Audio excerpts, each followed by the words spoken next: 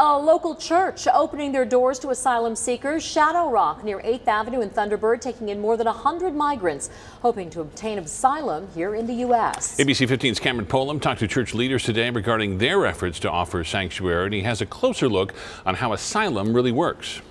When there's no water, you go where the water is. When there's no peace, you go where the peace is. Abbott Spencer says those taking refuge inside Shadow Rock Church are doing just that. Usually the stories we hear are people fleeing violence in Central America, taking the risk of bringing their families across our border. On Monday, 100 Guatemalan refugees were bused from ICE to the church. Dozens of volunteers supplying food, blankets, and safety within the walls. They've got a case. They're going through the right channels. They're trying to fill out all the boxes the correct way, but there's some snafu or something, and they just need more time.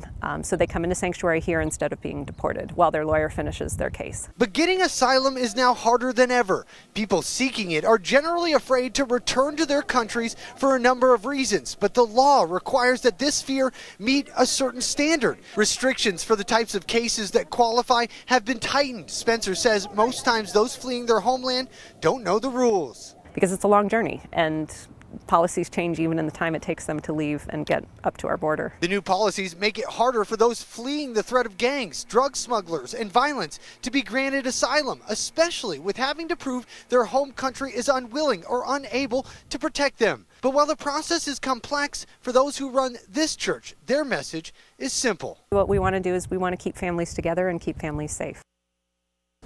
Church has received a number of threats from people who disagree with their decision to protect these migrants. We should point out that in the past, it has taken about 60 days to process an asylum request. It now takes years, and that leaves many stuck in limbo.